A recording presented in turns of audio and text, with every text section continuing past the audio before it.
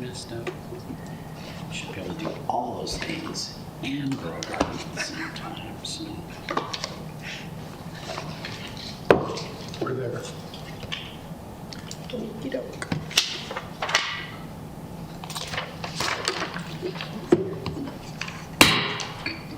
Good evening. I'd like to welcome you to the September 20th, 2022 meeting of the Logan City Council. Our opening ceremony this evening will be given by our own short and sweet Amy Anderson. Short and sweet. There's a story behind that. She's not, it's not height. I'm not talking about short this way. I asked her to be short in time. She told me I needed to be short and sweet, and I said I might not always, but anyway. She said she's always sweet. Yes, I am, most of the time. Thanks everyone who came today to City Council. I wanted to talk about something today that's really near and dear to my heart, and that is a discussion about Alzheimer's disease. Many of you may know I work over at Sunshine Terrace. What you might not know is that my mom passed away from Alzheimer's disease. It is actually the fourth leading cause of death in the state of Utah, meaning 42,000 Utahns over the age of 65 will be living with dementia by 2025, which is not very far off. And that leads to 152,000 people in our state caregiving for somebody with a dementia-related disease. And it costs our state about $160 million a year in Medicaid. So as you can see, it is a significant impact on our community. It's a struggle for many people. Family members are usually the primary caregivers, and usually that's wives and daughters who that burden falls on. There's a lot of an emotional strain, there's physical strain, which leads to increasing health problems. So I want you to be aware that if you know someone who is caregiving, that there is hope and they're not alone. This weekend is the Walk to End Alzheimer's at Miller and Olson Park. It begins at 10 o'clock. You can go and show your support for those caregivers and for the individuals who have Alzheimer's disease at this time. In October, a Dementia Dialogue series is going to be taught by me and my colleague Dennis Wildman at Sunshine Terrace. We're going to be holding that on Tuesdays at Logan Regional Hospital. So I hope that you can come and learn or let others know about that significant resource. And also every week, Bragg and Sunshine Terrace offer a caregiver support on Tuesdays at 1 o'clock. We try to recognize the tremendous job that caregivers are doing, and I hope that you let the caregivers that you know in your life know that they can come and attend that so that they can receive the support they need. It is possible to live well with dementia, and the help and support of others is really important to do so. So I hope we can all reflect on what we can do to support them and those in our community who are facing this struggle. And now if you join me for the Pledge of Allegiance.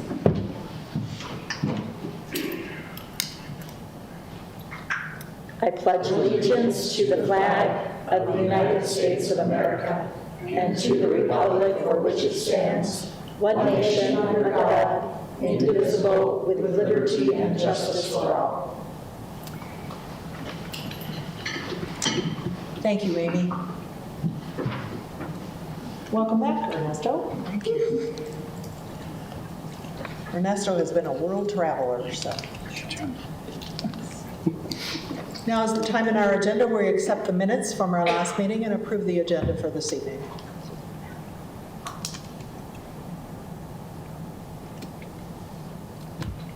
I'll move for acceptance of the minutes and approval of the agenda for tonight. Second. It's been moved and second. All those in favor, please say aye. Aye. Any opposed? Our regular meeting schedule is the first and third Tuesdays at 5:30. Our next meeting is October the 4th. Now is the time in our agenda where we will take questions and comments for the mayor and or the council on items that are not otherwise on the agenda. If you choose to speak, please state your name and take 3 minutes or less.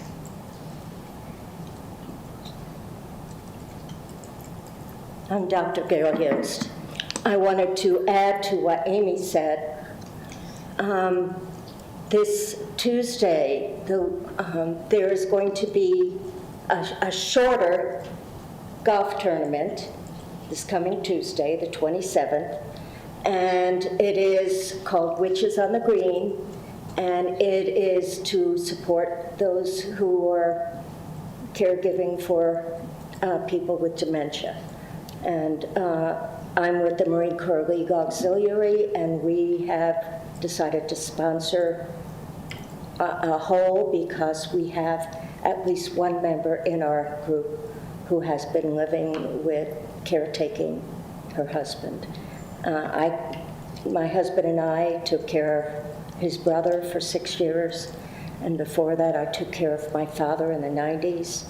So we are both aware of how important it is to have support from others and not just from one person. And as a group, the MCLA is very supportive of any kind of public necessity, because we usually help veterans, and a lot of veterans have dementia or PTSD that looks like dementia, or maybe both. And we want to make sure that we give as much support to our members, because many of them live with somebody who has been a veteran. So just wanted to add that to it. Thank you. Thank you. Is there anyone else that wishes to speak at this time?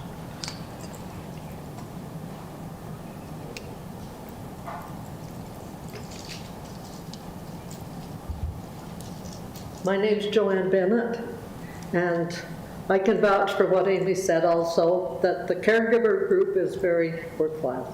I did that. But I have a question for the council. It's my understanding that you opted not to go with the nuclear power that is available. Can you elaborate why that decision was made? Well, the nuclear power project that we were involved in has not been built yet, so it's not available. Well, I heard that you, there was a limited time to sign up, and that Logan City didn't later on, but. Well, the project has some problems. I mean, I would love if we had some nuclear baseload power available, given our power resource issues right now. It had some problems from a financial basis. We were not sure how they were going to be able to finance that. Also, it had water issues, and my understanding is they still have not secured the water rights. I mean, nuclear power requires a great deal of water. The plan was to buy water shares from the Snake River, wasn't it? Yes. Again, they have not secured those water rights. We just didn't know that it was a viable project. They supposedly originally had some guarantees from the Department of Energy, but those guarantees kind of were not really guarantees. So there were some serious problems in our mind about the viability of that project. And we were exposing ourselves financially throughout the Well, I heard that process. they came up with a plan that didn't use as much water. Well, there are two options. One is more water intensive than the other, but they still have to secure water shares for the other option. We hope that project is successful down the road, and if so, the point was that it could be replicated because there were these modular reactors that could be produced in a factory. Again, they've downsized it. I mean, we're just not sure the project is really ever going to materialize. It was the first of its kind ever, so this project had never been built anywhere else. I mean, we were surprised there weren't venture capitalists that weren't putting money into it, you know, if it really had, you know, kind of a chance to really succeed. So we're watching other projects, and we hope that one succeeds, and if it does, great, then, you know, we'll be interested in kind of future power there potentially, and then we'll know what it will cost and, you know, there were just no guarantees on what it was going to cost, the financial resources that we'd have to put in and commit ourselves to. So it's not that we, you know, we're specifically opposed to nuclear power. We just didn't think it was a viable project for a variety of reasons. Well, I heard that it wasn't available to get in later down the road after you Oh, watched they'd it love for a to while. sign people up right now. They're trying to get additional people in because some of the other municipalities keep dropping out, as we did, because they have some of the same concerns about the viability of the project, so. Okay, well, thank you. Anyone else? We'll move on then. Mayor, do you have any reports you'd like to give this evening? No, I don't. Whoa! Unless you have any specific questions, we can just move right along. Okay, we'll move right along then. We'll move on to council business. There is one item I need to add to council business, and that is we've had a request from staff to determine whether we will be meeting both Tuesdays in November and both Tuesdays in December. So if we were to cancel one, there is one, the 20th of November, and then, or the 22nd of November and the 20th of December. So it would behoove us to make a decision. Actually the 15th of November, so the 1st is on a Tuesday. Yeah, it's the first and the 15th. And the Okay. 15th, I think, I'm good with both of those. But we often don't do both in December. That'd be good for them. The 6th and the 20th. 20th is pretty close to. If you would like to make the decision this evening that we do not hold a meeting on the 20th, that would help planning quite a bit. I think that holding one on the 6th and not one on the 20th and then resuming January 3rd makes sense. I second that.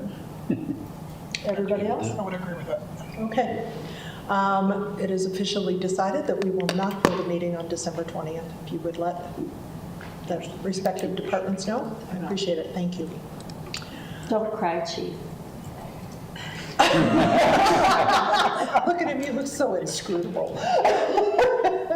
Loves being here. Planning Commission, the last Planning Commission meeting we had 2 more short-term rentals approved, and then there was a presentation by a group called Rifle Coffee. They are considering building an installation on the corner of 4th North and Main, where there used to be a gas station. It would be the southeast corner. There were some issues with the concept plan. It did not fit with the zone that it is, because that is zoned Town Center 1. So the company, the proponent, was asked to revise their plans to better meet the TC1 guidelines, and when they get to that point, they'll bring it back to Planning Commission, and then they can evaluate it. Is there any other council business you wish to bring up at this time? No. Okay, we'll move now to our action items. We have a code amendment. Wait a minute, Yeah. I asked to change them around. Oh, what did you want to do first? You should have approved, you should have made an alteration instead of letting us approve the agenda. Yes. I know. Sorry, I was not here when the agenda went out. I was on vacation. Okay, we'll just do it the way it. That works. I relayed that information, so. Okay, I had requested that we move A to C, but since I didn't notice it, I believe on either the email. in the process of our approval or right now, This will work better for me. Yeah. this will work better for you. The electronic version has that change, but the printed version does not. The electronic version has it different, Yes. So it has, so now what do we The do? agenda that went out. Was correct. Published is correct. yeah. So we have That's to the go one with that I that saw, agenda, too. correct? Follow that agenda, that's the one that's published, yeah. Okay, so Chief Gary Jensen, I believe you're up. Yeah. Do you need me to go back over that, or? Does anybody have any questions about police and fire residency requirements? Tom's got a question. How about- I do, Tom, in your, in the written description, it talks about a number of miles, Yes, and I'm wondering if it would be better to have it somehow as the route goes rather than as the crow flies, because somebody could live within that distance and yet be an hour away. what we have is just an electronic means by which we can measure 20 miles. So it would be by the route. Well, not necessarily. The problem with it is if we, there could be a million different answers to the question. Does that make sense? If you live one place or another, It makes sense to me to be able just to take the computer-aided option we have in Spillman and draw an arrow from City Hall to the residents or the proposed residents and say it fits within or it doesn't, versus trying to manage 6 different ways to get there to see if we meet the number that we're looking for. Does that make sense? But the circle is also specifically drawn to exclude someone being able to be over the mountain. So whether it was Tree Mountain or, Sardine Canyon. So they have made allowances because we know that would increase the time. But Yeah, I just didn't want to have, you can say, letter of the law, yeah, I'm within X miles, but it takes 10 minutes extra. I don't know. It's Right. not a big deal. I think that's why I was hoping to keep it the way it is, because it's one rule and easily measured and easily shown to somebody, yes, you fit, no, you do not fit. Does that make sense? Yeah. Anyway, other questions? Thank you. This is a public hearing. If there are any members of the public who wish to speak to this, please come to the podium, state your name, and take 3 minutes or less. Seeing no one, I will bring it back to the council. I'll move we accept and ratify ordinance 2218. It's been moved. Is there a second? I'll second. It's been moved and seconded. Is there any further discussion? All those in favor, please say aye. Aye. Any opposed? Motion carries. Our second public hearing is a budget adjustment. Rich, do you just want to run over them again? Certainly. First request is to appropriate $390,000 for a Parks and Recreation after-school program grant. Second is $25,000 for a library grant for improving cataloging and other library systems. Request to appropriate $2,617 the Communication Center received for an EMS grant. And lastly, a request to appropriate $712 for a reimbursement for police shifts on federal cases that have been worked. We haven't had a lot of police work on federal cases, I'd say. Just a bunch of little ones. We should probably save them up. Does anybody have any questions of Rich? This is a public hearing. If there are any members of the public who wish to speak to this, please come forward, state your name, and take 3 minutes or less. Larry Williams, representing Logan City School Board. I'd just like to thank the council for the support for their after-school programs. Extremely important. As you well know, we're having a hard time finding people to work them. We're not having any difficulty finding students and kids that could benefit from them. So we appreciate the support and the partnership that exists between Logan City and our school district. So thank you. And congratulations to Adams for being a blue ribbon school. That's pretty awesome to see. I saw that too. Very cool. Is there anyone else who has a comment? I'll bring it back to the council. I move for acceptance of resolution 22-19. Oh, sorry, 22-40. Skipped ahead. It's been moved and seconded to approve resolution 22-40. Any further discussion? All those in favor, please say aye. Aye. Any opposed? Motion carries. We will move now to item listed on our printed agenda as A code amendment for ordinance 22-19. I'll turn the time to Mike. Want me just to ask you any questions? Sure. Now, where do you want me to start with this? Well, I know that I spent a lot of time looking through it, and there are some areas of it that I think we need to make slightly simpler, slightly more clear. And there's one area in particular that I don't care for, but other than that, I'll let everybody else talk. So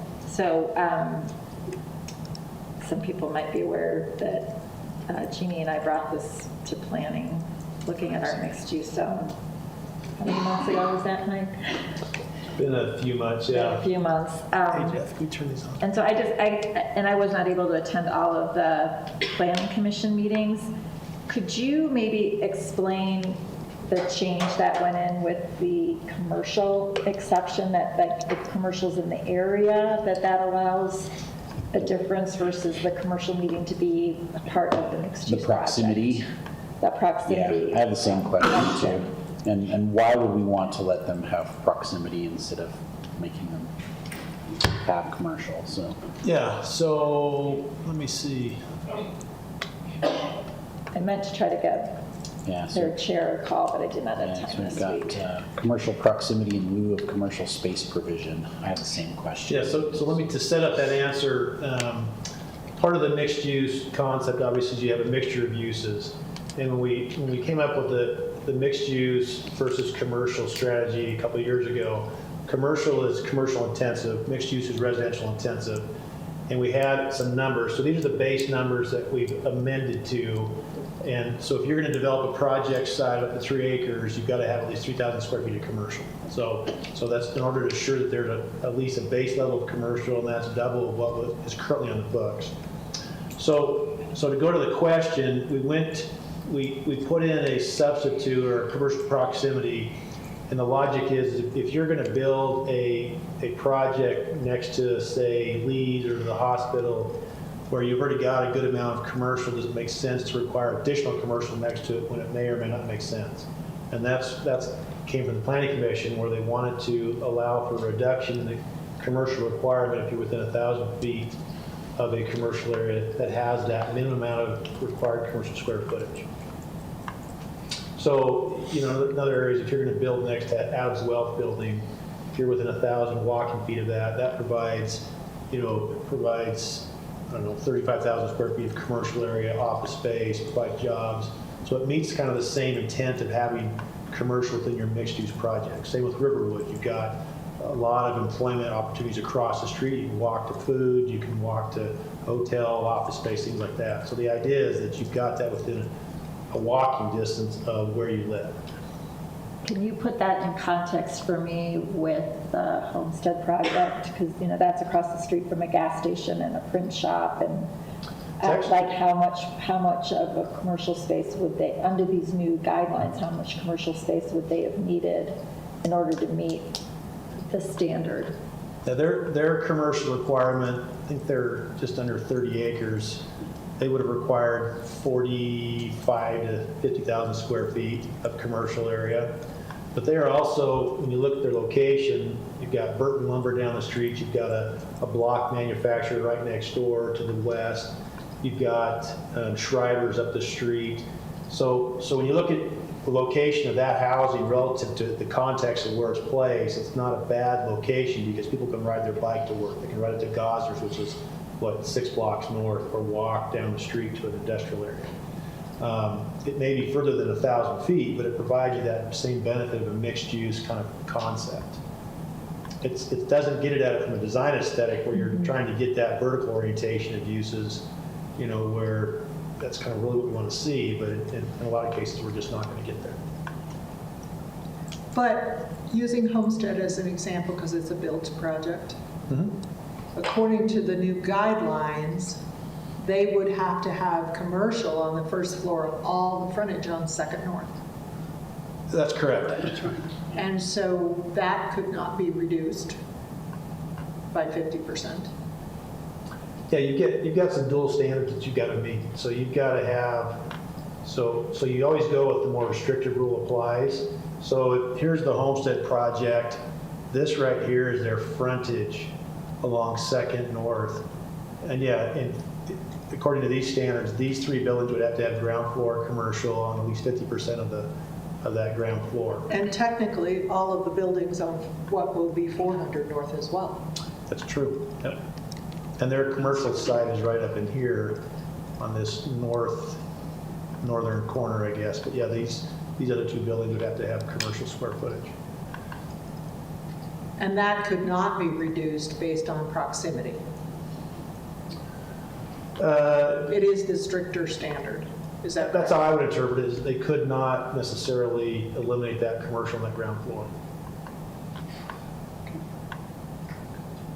But in the case of just, say, for example, let's assume that Fort North wasn't a collector, it was just a local street. And these 3 buildings down here on the southern end of the project, I think the footprint's 12,000 square feet roughly, so you might get 6 and another, say 9 or 10,000 square feet. So you might get half your commercial space on those 3 buildings. Right. So they, in theory, could utilize that exception to say, well, I'm next to or within 1,000 feet of these other commercial bases. So just hypothetically, would that reduce the remainder that they are required by 50%, or would it reduce the entirety by 50%? No, just the way the standard's written is you can only reduce up to 50% of your commercial requirement. And it's up to, not guaranteed.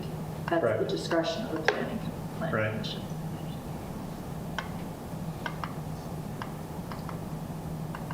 Which also Question. can't put standalone housing. Mike, there's a bullet on here. It says the ratio of commercial to residential building space during construction. Can you explain that? Yeah, I think, so I had a little bit of Microsoft Word issues, so you've got a version that left out a piece of text.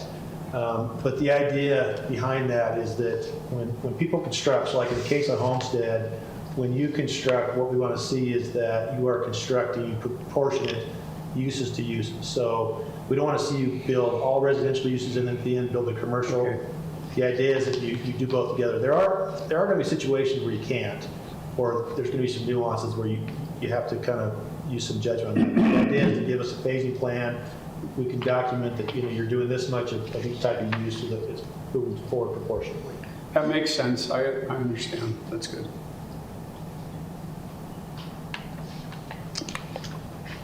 And the bonuses. We are the proposed ordinance allows up to 50 units to the acre, Correct. given 30 units to the acre of bonuses. But the way the bonuses are written, it's very hard to use. You can only use 1, or can you use up to 30? But you can't, the way they're written, there's 2 20s, a 15 and a 5, I think, or something like that. So there's no 3 15s and a 5. So there's really no way, unless you use vertical mixed use, and is that in the entire project? Yes. Yeah, so in order to get the full 30, you'd have to utilize at least 2 of those to get there. And so, you may choose to do a structured parking for half your parking, and then also do a complete street design to get the 30. You wouldn't get over the 30, but you could get up to 30. Oh, okay, so the bonus is not a set 15, it's up to. Correct. Yeah, the base density is 20, and then you can get a bonus, an additional 30 units per acre, so up to a total of 50. So if I'm doing a project and I put vertical mixed use in part of it, it could be up to 15, but planning commission could look at that and go, this is only going to give you Right. 5 It can or be 10 proportionate to the amount of the project. enhancement you're doing in order to get to that full bonus. So like structured parking, I kind of ran through just a sample project trying to figure out how's this going to work with these numbers and stuff. Structured parking is really expensive. And if we were really smart, we'd reduce our parking standards and give you more of a bonus in order to get you to do structured parking because it's so expensive. It's $25,000 at least to stall. So that one's going to be a tough one to meet. So if you've got a big project that's got 1,000 units on it, and you want to structure park 50% of it, 500 units is going to be a big, expensive project. So in order to get there, you got to give them some incentive to want to build that in order to make the money to do it. So it's really a challenge. That's why we came up with 6 options or 6 enhancements, whether they're good or bad. That's what we came up with the planning commission. It is a little convoluted though. It'd be nice if this was simpler. Jeannie said it'd be nice if we could simplify this down. But this is what we have so far. And it's written clearly enough that a proponent coming forward would know it's up to, not an automatic. Well, see, my thought was you've got to pick 2. Which 2 are you going to pick if you want 30? And I The language is realize- structured so it's a maximum of 30. Okay. Yeah. It doesn't really say that anywhere. Well, this is a slide. If I you know, look at the but- packet I gave you, I know, I've got it right here. Yeah, I'm looking at the bonus right now.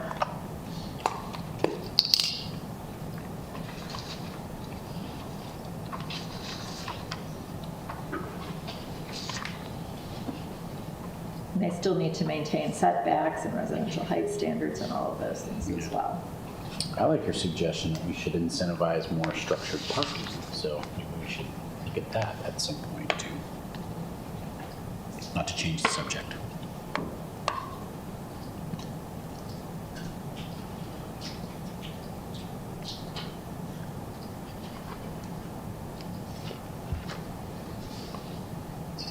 So I guess I would, even if I read it, rereading it again, I think that I feel like it looks like if you do structured parking, you only get 20, that's all you get. Because you can't, unless you did affordable housing, then you'd have 25. yeah, so in 1734-050, the proposed language under 050F and G, it talks about density bonuses are cumulative, and then G is partial density bonuses can be granted based on the type and amount of the proposed bonus elements being undertaken. So I try to lay it out so that you could do a little bit of, you could do 4 things in there on various degrees to get to that 30. Okay. Yeah, I was going But to ask, there's- I'm sorry, go ahead. No, there's only 5 of them on this paper. There's 2 20s, 2 15s, and a 5. There's structured parking. There's 315. There's 20 structured parking, Yeah. 20 usable outdoor, 15 vertical, 15 complete.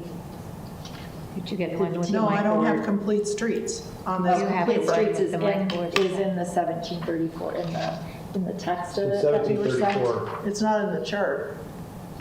There's Right, but it's in there's the- a omitted bullet in there. Yeah, it is in the text of So the it's not proposal. additional commercial areas, it's enhanced commercial areas, which is a different word to me. No, make sure you're looking at the latest version Well, of, I'm looking at I'm looking at this. yeah, that's not the latest version. Yeah, it says a residential density bonus may be granted if the minimum amount of required commercial space is increased by 100%. That's what's in the text of the,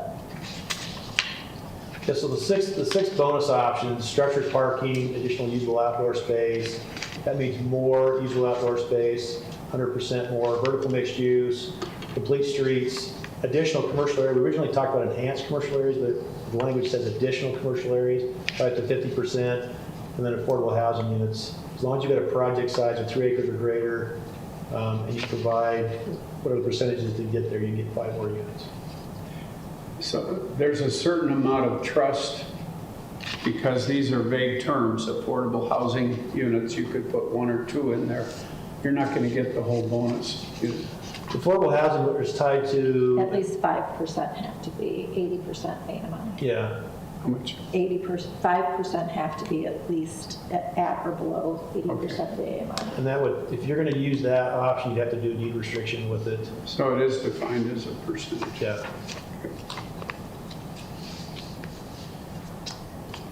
So if I come with a project and it's decided that I only get 10 of the 20, legally is this written so that we're not going to have appeal after appeal?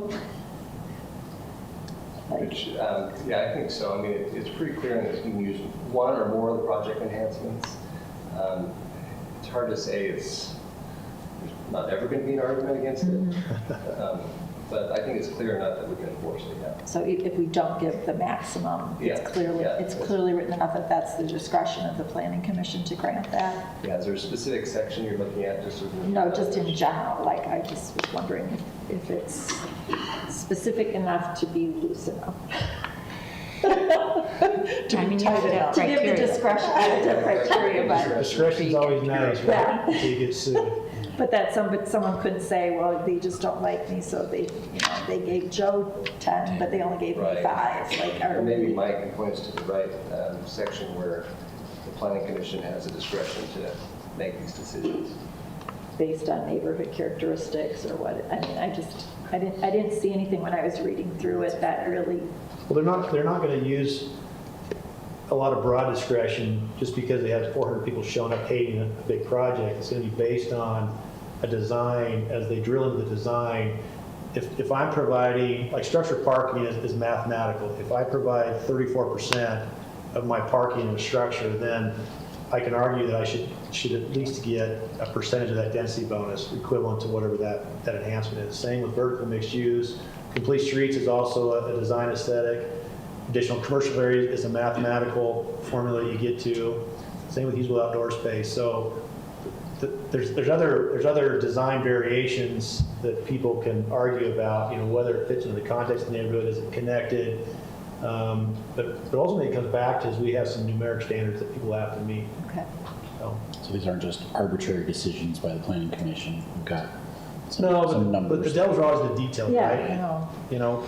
We did this 2 years ago, and here we are again going back through it because we've got a project that, like, wait a sec, we didn't envision that this would happen. And I'm assuming we'll see something again that we're like, wait a sec, I don't think we envisioned that to happen. So, As I looked at this, you kind of think, well, if I do structured parking, everything's going up, I'm going to automatically have more open space. So Yeah. I could meet that 30 with just doing structured parking as long as I use the land that would have been for parking for open green space, right? other than if you're going to do structured parking and you're going to obtain a density bonus of more units, you've got to park those additional units, right? So you're going to use up that much more acreage for a parking lot. A parking lot, you figure it's about an acre for 125 cars. So when you look at a typical project, you're going to lose across the, so when you start dividing it out, I'm going to go through some numbers I threw up here, and it's going to be a little confusing, but it'll kind of show you. So if you have a 30-acre project site, just our code requires that you set aside 20%. So that's 6 acres for open space, usable outdoor space. So that's your landscaping. It's also partially your stormwater, but the way we've defined usable space, it's those public gathering areas, right? It's where you can picnic, hang out, rec areas, park, things like that. You're going to lose almost half your site, and that'll vary for roads and parking and those hardened surfaces. It just depends on the nature of your site, whether you're next to a roadway or whether you're building a lot of roadways. That number will vary. So it really leaves you about 35% for actual physical construction. So if you start adding stuff to it, so like if you've got a base density of 20 units to acre, that's 600 units, that's going to require 1,200 parking stalls, 50,000 square feet of commercial. You got to park all that. And that's generally the driver of most development is where am I going to park all those cars? And so in this case, you've got 1,300 cars. When you look at the acreage of that, 125 cars per acre, that's 11 to 12 acres you're going to put in asphalt. So if you can structure that, but then you get more units, you got to figure out where you're going to park the rest of those. So that's kind of where this works out. When you look at an additional 600 units for your density bonus, 1,200 new stalls, you structure park at $17 million for 600 stalls. I mean, it's an interesting puzzle you got to work through in order to make sure that it'll pencil for you as a developer and then still fit into our community.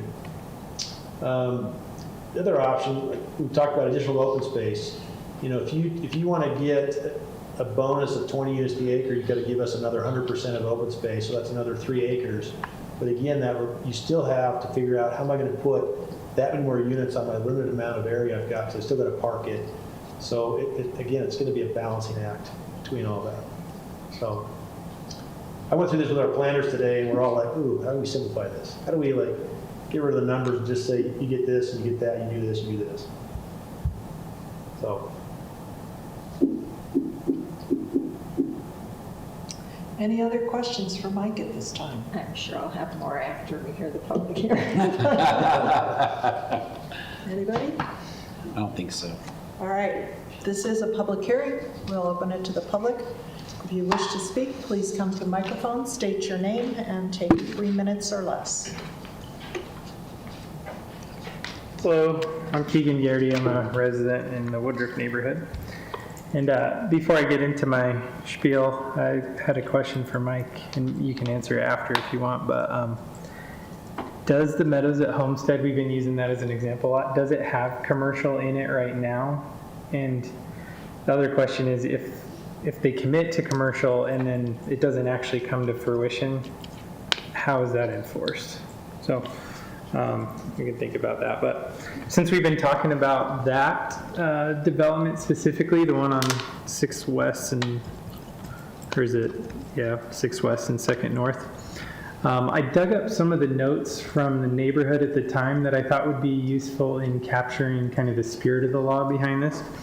And so Sue Sorensen, who's chair of the Ellis Neighborhood Council, I think she still is, she said a development in this location, talking about the one on 6th and 2nd, could potentially house up to 600 dwelling units as allowed in the zone, which would impact the area. The west side of Logan is overloaded with high-density multifamily housing, which impacts the school system with transient students. The residents would like consideration for a park and/or trail and a guarantee that a development will meet the intent of mixed use. And then from City Council meeting notes a few months later, Ellis resident Paul Rogers said, the neighborhood is also concerned about compact sprawl, which would be single and two-room apartments. There would be no residential homes or townhomes and very little commercial, and he and others want walkable, livable communities. He feels the city needs to clearly define mixed use. So I think it's great that we're doing this. I think we realize there's some improvements to be made, and I understand the challenge of the job behind this to write the code in such a way that gets you what you want. I know that not all residents are NIMBYs and not all developers are greedy money grubbers, but I think you still need to define the terms here. So I like that. The 1,000-foot thing did concern me, and the other thing that could be concerning is if there's, say, a storage unit or something, and we're counting storage units and we're counting that as commercial. I don't think that captures the intent of mixed use. If you want an example to look at, I think a great example development that I like around where I grew up is called the Renko Station in Hillsboro, Oregon. And I think it has a good example of kind of the dentist's office, tax prep stuff on the bottom floor and residential on the top. And I think we like that. Mark, you've heard the Woodruff neighborhood plan, and we'd love something like an island market or something that we could walk to, whether that stands independent or below residential. I don't think we're too picky about that, but those are some thoughts as you consider this. And I hope you pass it, because I think it's an incremental improvement, and it progresses things to the way we want to get them. So thanks. Thank you, Keegan. Mike, did you want to speak to Keegan's question before we bring Yeah, someone else so up? Homestead will have a commercial pad site right up here. It's just a little under 8,000 square feet. And it's my understanding, they're gonna, I think Boys and Girls Club might go into that, or at least part of it. They originally wanted to put a daycare in there, but it wouldn't work out, so, but they are gonna build that. And that's why, to the second part of the question is, how do you ensure that commercial is built? We've got that proportionality language, so when a project is approved, we'll make sure that we are tracking or following, understanding what the phasing is going to be. So the idea is to build commercial along with residential. Thank you. Is there anyone else who wishes to speak to this? Again, Dr. Gail Yost. I live in Logan on First East. It seems that the affordable housing has a very low impact on whether or not somebody would want to put in affordable housing. It doesn't seem to have very much incentive compared to the others. And I'm wondering, is there a way that that could actually have a higher impact? It just seems like we already know that we have a shortage of affordable housing. We have a shortage of housing anyway, but we have especially a shortage of affordable housing, and yet it doesn't seem like we're getting very much incentive to include that in any kind of a housing development program, even in mixed use. And how do we address that? How do we make it so that it's more attractive to a developer to include more affordable housing, up to 10% maybe of the development? Because we're just, these kind of developments, we're just adding to the problem of affordable housing not being available. It's not a high incentive. So that's my comment. Thank you much.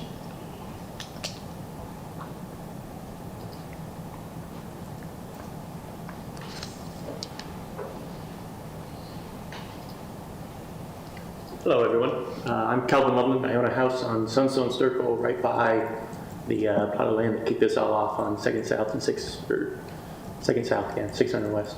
I'll have to disagree a little with Dr. Yost here, that the research shows that affordable housing, the way to fix it is to build more housing. At the end of the day, it's a supply issue.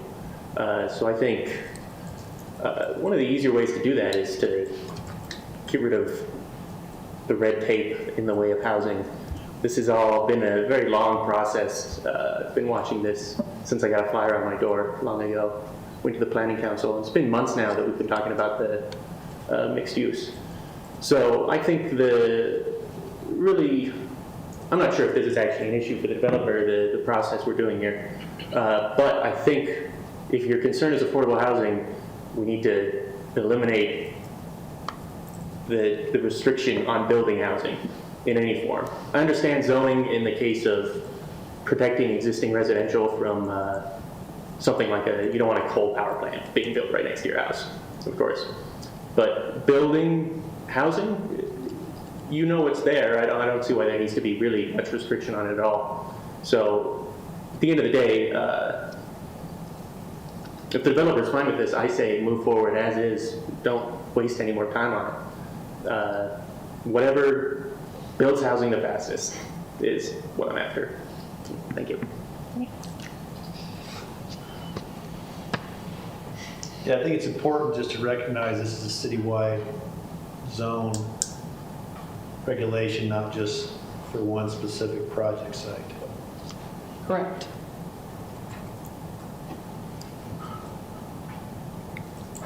Hi, Michael Jewell from Logan. I'm one of the non-money grubber developers.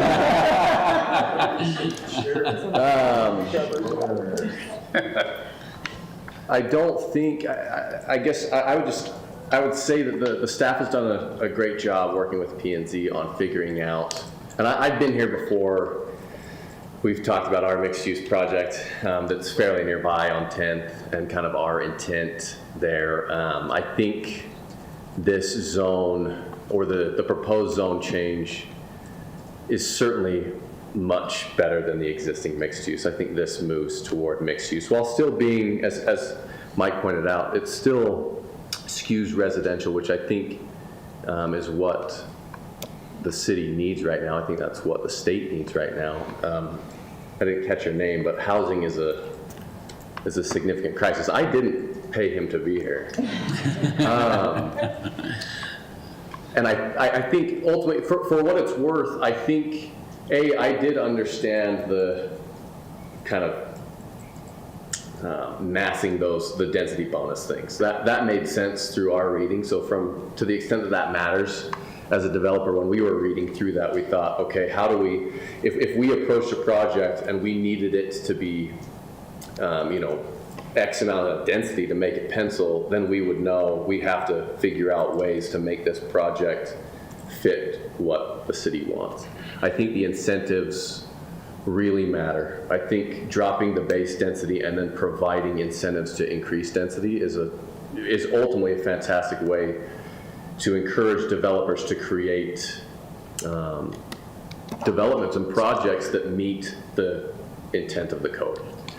So overall, no code's going to be perfect. There's a lot of, it is, and I've said this before, it's a zone that has some flexibility, and that is scary on both sides. Developers might not know what they will be able to get. Cities might not know what exactly the Planning and Zoning Commission will approve. But at the end of the day, I think it allows the city and developers to adjust to market demands and ultimately find a project that fits and that's good for the city.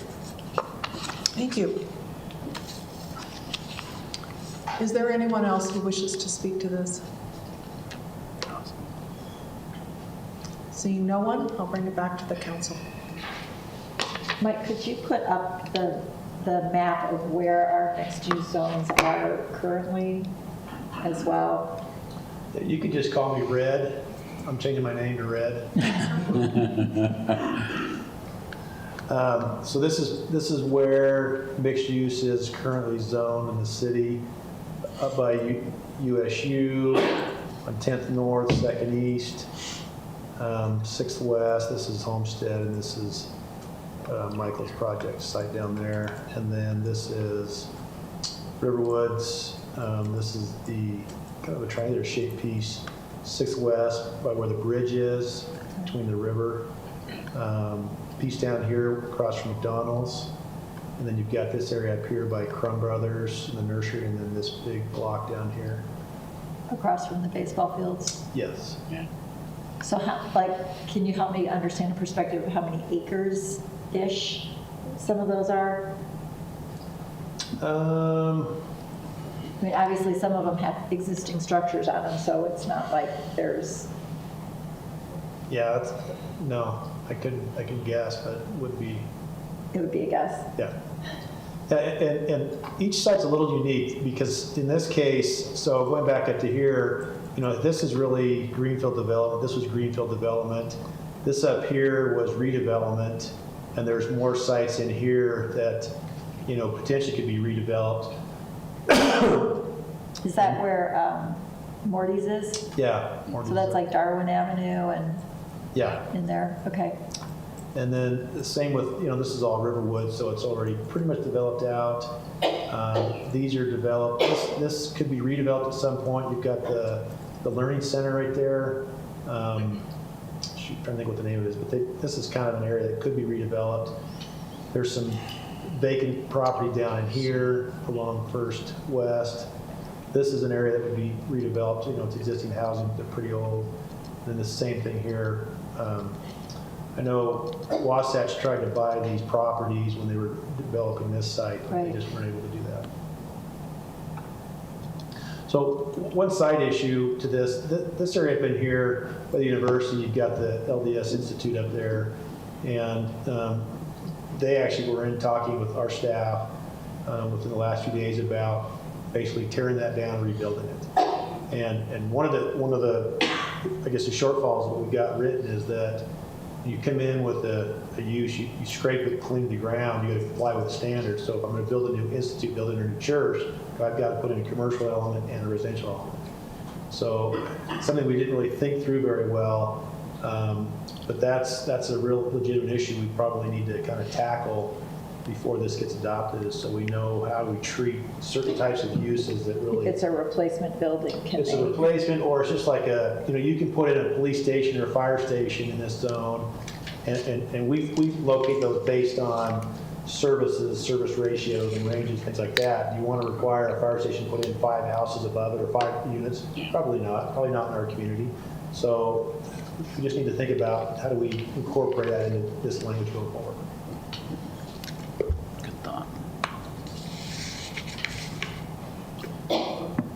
I compliment the staff on the efforts. I think this is progressive. Wish we had more opportunities to do this because it does lead us toward smarter development. So I'm supportive of this. Well, we still have the town center zone in that whole other area, which also is fundamentally a mixed-use zone. A lot of the town center coding. Yeah, most commercial, town center 1 and 2, community commercial, neighborhood center, they're all a mixed-use zone, with just varying degrees of intensity. So anywhere you can put in a commercial, you can put in some residential as well. So this is our most residentially based mixed use. Town center, you could, with the bonuses, you can go to 100 units per acre. They can't go up to eight stories or 80 feet? You can go quite tall. But I think that the real obstacle obviously is parking. And we got to get the values to make it really valuable to buy the property downtown, to want to turn it, to build into something big. We're just not quite there yet. Parking is always a limiting factor. Yep. Always. So as I was looking at this too, I know it's not project specific, but when you look at those pieces that are kind of more on the west side, I think obviously you don't want to compete with all of the things that exist downtown, but you still want to make those walkable communities, which is why I think that commercial component is so important, especially when we're limited in what's the greenfield site. So, Well, I think traditionally when we started cities, we made them into mixed use because we had a core downtown and we had all the houses around it. Yeah. So now we're just trying to recreate that on a smaller scale. And we lived above our shops. Yes, we did. Yes, in many cases. I have a time thing, so I'm going to make a motion that we pass this. And if you don't want to, that's fine, but I got to take off. We need to close the public hearing. Oh, Yes.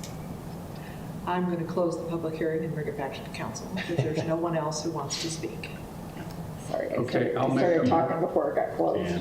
I'll now make a motion that we accept this. Is there a second? Lock, stock, barrel, and bucket the way it is.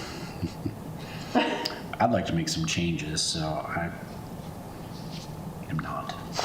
Well, I will second it so we can continue the conversation. Okay, very good. We can always Yeah. amend it. Yes. Okay? It's been moved and seconded. We will have a continued discussion and you are excused if you so choose. Well, how long will your discussion go? I don't know, Mark has some Forever. ideas. I don't Okay, know. good. You're welcome to stay. Thanks for being here. Thank you. I appreciate that. Anyway, for whatever it's worth, I think this is good. Okay. Yeah, I feel the commercial thing is just that 1,000-foot. The proximity. It's bothering me a little bit, but I don't know what, 100% what I would say to allay my concerns. I don't think know. I would just take it out. What the proximity does is, like, let's say somebody does a development out by the hospital and they can just get rid of their commercial completely. Then it's just a residential project. It's not mixed use anymore. Well, they can only get rid of 50%. I know, but still, you know, it's like I'd like to see a little bit more of a minimum on the commercial, but I'm okay if we don't. And I don't like the proximity. I don't like the proximity either. That's not my favorite. I think the bonus structure is great. I really like how we start with a lower density and we give them options. And I like how it forces our developers to be creative and to think and to come up with some great ideas. Hopefully they won't be so creative in a negative fashion as they will in a positive fashion as well too. So, but I'm not a fan of the proximity in lieu of commercial space provision. So. You take it out. Yeah. That's what you want. I always feel bad when I know planning's worked so hard on something. Though. I I know. wish I understood more. Again, I feel bad I I wasn't think planning able to did go. a great job too, but I'm not comfortable with that, so. So that one came up kind of the last meeting. One of the commission members was asking about, well, what if you want to build next to the hospital? There's a vacant property up there. Should they get some value for building next to the hospital? And when you kind of look at what Riverwoods has, it's kind of the same concept. They've got this commercial on the west side and residential on the east side. And it's the same ownership, same developer, same development company. But is it right that you get value for the guy next door when in fact, then zone it residential, zone it MR30 or whatever. Yeah, exactly. Yeah, that's how I feel. So, I mean, we kind of went back and forth on it. We talked about it, and they felt like, yeah, it makes sense. So that's why they sent it to you guys to make the hard decisions. But it's okay to take it out. I mean, really, because we require a pretty good amount of commercial for each project based on its acreage. Yeah. So. And when you look at where the I mean, obviously areas could always be rezoned mixed use, but when you look at the existing mixed use zones, I don't see that. There's not a mixed-use zone next to the hospital or across from Lee's Marketplace or next to Smith's, which the whole idea is to make it walkable, that people can come home, park their car, never even have a car. I don't see any of these zones really being in an area that's going to apply. Right. So. Yeah, and on this map, none of these, homesteads within proximity, but not within 1,000 feet of a large commercial base. It's got commercial industrial around it. Mm-hmm. The Jewel site, same thing. It's got some around it, but if you think about how do you get there, you got to go out to the street, down the street, back up and around. So you're right. Most of them don't have that same really true proximity. Yeah. So if you want like someone to put in a dry cleaner or an island market or those kinds of things. Right. allowing for that to be reduced has a chance to then completely prohibit that, so. Yeah.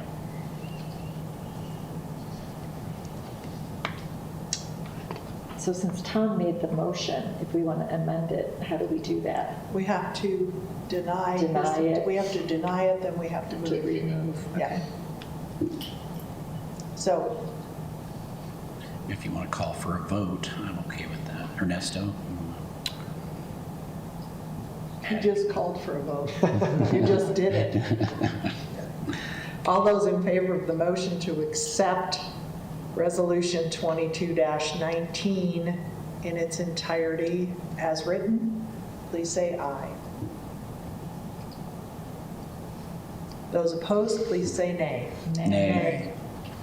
Motion fails. Yeah. Way to go, Tom. So where, So the direction to take out that commercial proximity? yeah, where is that? That makes me, Find it that in makes my- me a lot It's on more the excited about second this. page. 1734, It's actually 10-7, 1710. 1710. I don't necessarily doing like spot 100. amendments is my favorite. Do we want to continue until next time, or are you okay doing a spot amendment? If that's the only point of contention, I think it's wise for Okay. us to just continue All right. and do it.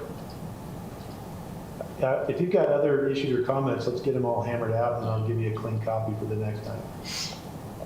If there's more. That was really the biggest That was my biggest issue too. so. concern I had with what came to us.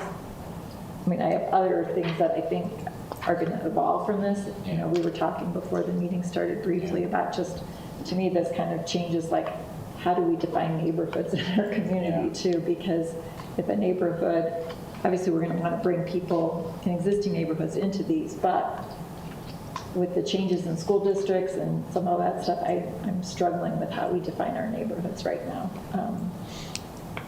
Because Alice doesn't feel attached to that. And maybe shouldn't. Shouldn't.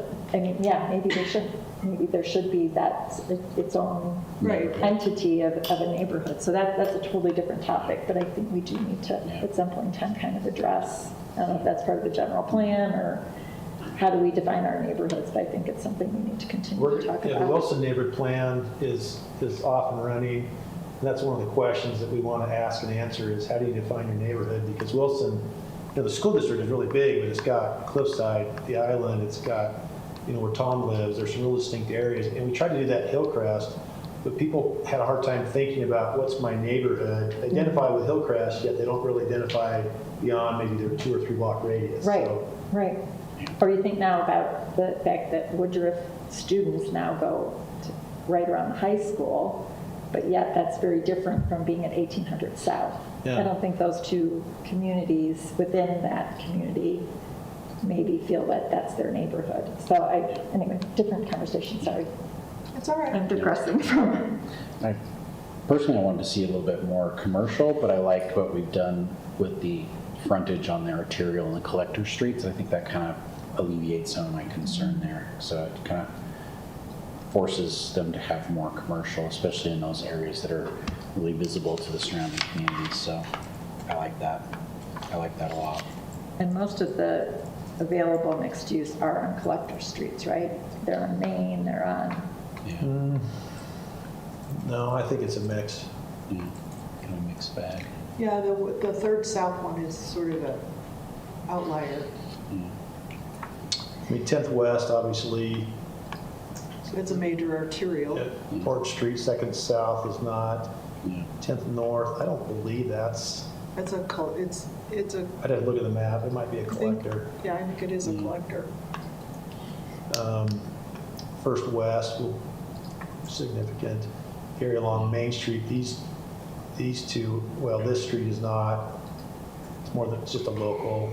Main Street, obviously, here is arterial, but this is a local. First East is a First Is East is a arterial. collector. arterial. Yeah, and First West is going to be more arterial once the bridge is open. Yeah. right. Yeah. I'm sure in the future plan, that's what it is scheduled to be. But So that raises the question, do we have written somewhere what the definition of an arterial on Collector Street are that's clearly defined? Yeah, we default to our transportation master plan. Which is being updated. It's hopefully fairly close to being finished, but that does have a map that designates what streets that way. what streets are Okay. which. So does the definition of arterial or collector, is that at project, that definition holds when the project is presented? It's not stuck in time somewhere when we pass the ordinance, correct? No, it refers to the latest transportation master plan that we have. I just wanted to check. And it also refers to existing on the ground as well as future proposed. Okay. So like in the case of Fourth North, that's a proposed or a future. Okay. So we still refer to that.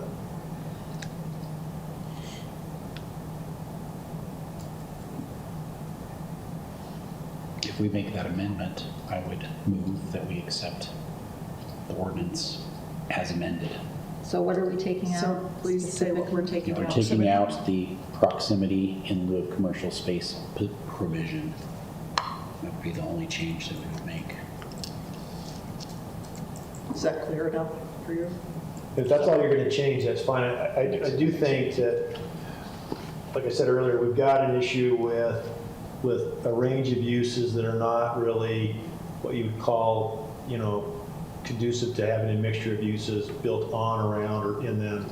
So it'd be nice to have some language that they'd exempted out institutional uses, public uses, that would allow somebody to put in a fire station or a church or whatever the case may be without having to meet the commercial and residential standards. So I can So compare that. would you prefer that we continue it so that you have the opportunity to take that one out and include some language respective to the I would rather church? give you a clean copy with everything in it, and that's what you actually pass and adopt. So, yeah, I would prefer you delay. But there are other things that we need to go through and modify, and to know that too. Yeah. Okay. So I would retract my motion. Okay. Yeah, because I Would like you restate- bringing a clean. Would you restate copy. the motion? I move that we continue until Mike Does makes its some job. adjustments with the amendments that we've discussed tonight, and we would continue until next time we meet on the October 4th? October 4th. Yeah. Is there a second to that? I'll second that. It's been moved and seconded. Any further discussion? No public hearing? You're not No continuing the public hearing. All those in favor, please say aye. Aye. Aye. Any opposed? Thank you, Mike. I like that suggestion, Mike.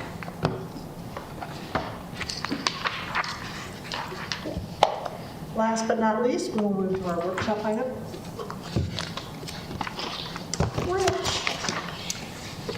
A few requests for appropriation. The first is request to appropriate $22,521. These are federal cases that were worked by the police department in a previous fiscal year. Those funds were not expended. We did restrict those at year end, and now we're asking to appropriate those again. Second is a request to appropriate $10,000 the police department received in a grant, the Internet Crimes Against Children. We receive this typically each year. Request to appropriate, the next two items are trainings that we have held, and we've found if we invite other agencies who also need those same trainings, they can help pay for them. So it saves us some money. But the request is to appropriate $6,250 the city received for holding the Public Works equipment training, and a request to appropriate $9,600 the police department received for holding their canine training. Any questions?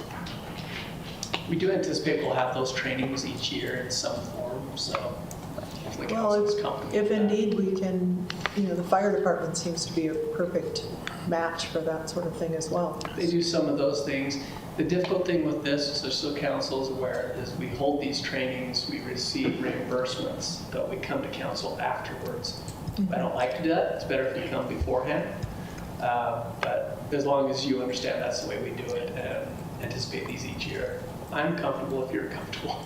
Yeah. I'm uncomfortable. As I recall, Ernesto like volunteered to wear the padded suit. Whoa. When was this that I volunteered? It was the last session. Yes.